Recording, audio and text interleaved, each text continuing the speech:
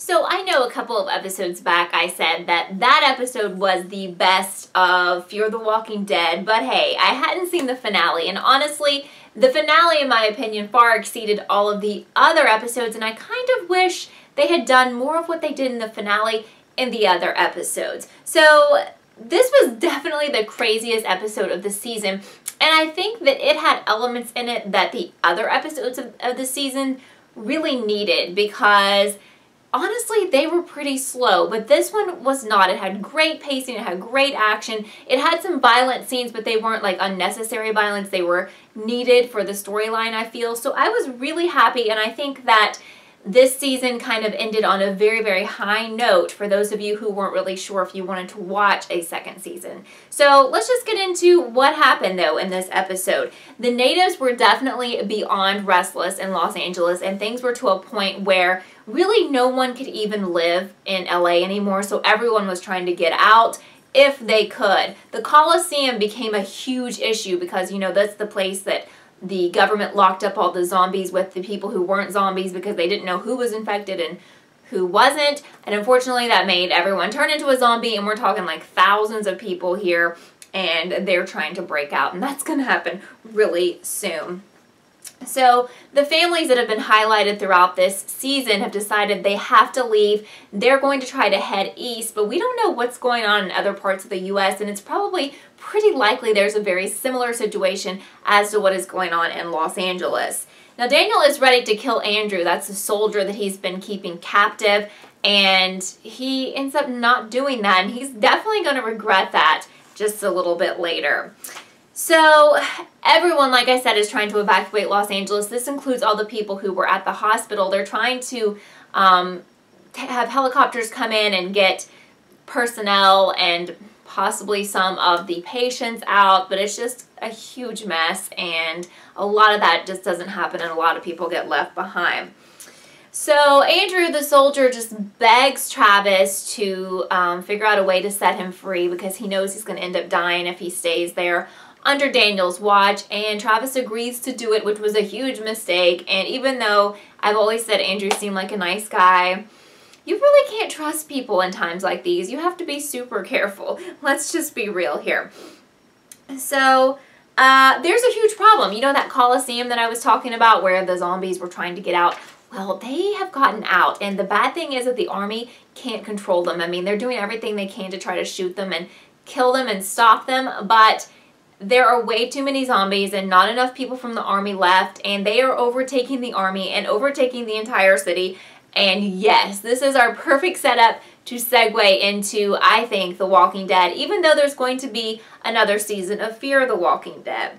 So it's also getting crazy in that prison where Nate is being held captive, and no one really cares anymore about keeping those prisoners locked up because a lot of the officers have either left or they've been killed or eaten themselves. So Strand and Nate actually get out, and the bad thing is that Strand doesn't want to free any of the other prisoners. I think it's going to be really interesting to see how his character develops in season 2, because as some of you have suggested in the comments of my videos, you could totally see him being a villain, and I could see him being one too, but he's a very strong character. So, you know, it's just a huge mess. I mean, it's just complete chaos. And you know, when it's really hard to watch some of the scenes in this episode. Like I said at the beginning of this video, like some of the scenes are super violent, and I think one of the worst scenes that we see in this episode is when an army official or just a soldier was bitten really quickly when all of the people were coming out of the Coliseum, and he knows that the outcome is not going to be good for him, so he actually walks himself into a helicopter blade that is spinning because he just wants to kill himself because he knows what is going to happen to him if he stays alive. So that was just really brutal to see that, to be honest. So Strand and Nate are trying to escape this prison, and they nearly become zombie dinner, but thankfully Liza is able to use her key card and free them like seconds before they were attacked by zombies. So thank you so much, Liza, for being at the right place at the right time. Sadly, she finally has to tell Daniel and his daughter that their wife, mom, is no longer alive, and Ophelia is like, I just really need to see my mom, but she realizes that they burned a bunch of the people, bodies of the people who have died, and yeah, it's just a really sad scene. Not good at all. So Strand says that instead of them going out east, they should come with him, that they're in the west. He has a house where he's been preparing for some kind of like apocalypse, and he's stockpiled things, and he talks about Abigail, which we don't know yet. We think that's a person, but it turns out it's not a person. We'll get to that a little bit later. So these families we've come to know decide they will go with him and head to his house. Now, Andrew, that soldier that I told you about that had been set free, and I was like, hey, that's a big mistake. Well, he actually confronts these people before they can leave. Wow. He wants revenge. So at first he has a gun and he's pointing the gun at Daniel, and for some reason he turns it and shoots Ophelia, and I'm like screaming at the TV at this point because I'm like, oh my gosh, it totally looked like he killed her. Thankfully, no. I think she's shot in like the shoulder and she's gonna be okay. But when Travis sees this he freaks out and he goes over and he's like beating Andrew over and over and over. I assume either he beat him to death or almost to death, but they left him there, so you know if you're left there, you're not gonna live anyway. So yeah, Andrew, that was just really, really, really stupid on your part. So all of the people head out to Strand's house to seek safety, and Strand reveals that Abigail is not a person but his boat. Now, they don't actually get on the boat in this episode, but I guess that's where we're going to start when season 2 starts. There's some really bad news for Liza though, because once she gets kind of out of that element of the hospital, she realized she has been bitten.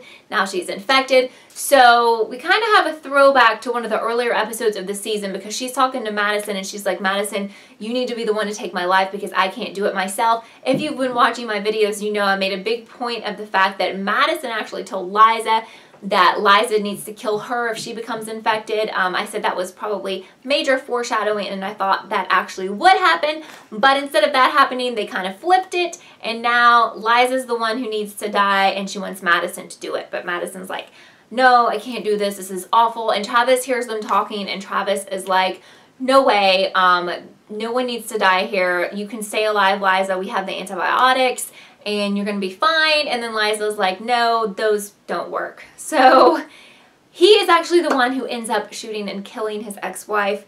They don't show that, so that's good. But that was a very, very hard thing for him, obviously. And this is kind of where we end the season, with him kind of collapsing with Madison by his side, and the implications that all of them are going to get on Abigail and leave. Now, where they're going, I don't know. But I think that is a pretty good idea.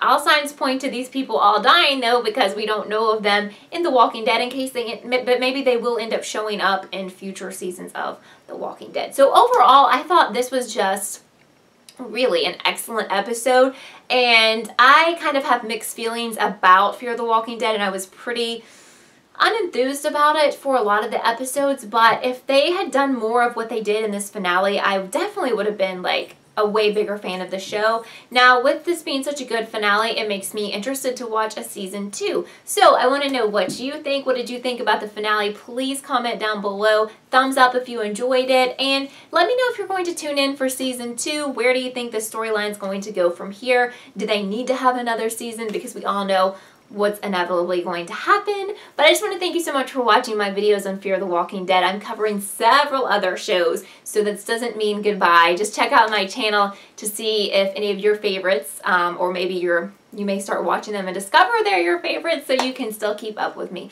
So thank you for watching this episode of Kelly TV, and I will see you next time. Where are you now that I need you?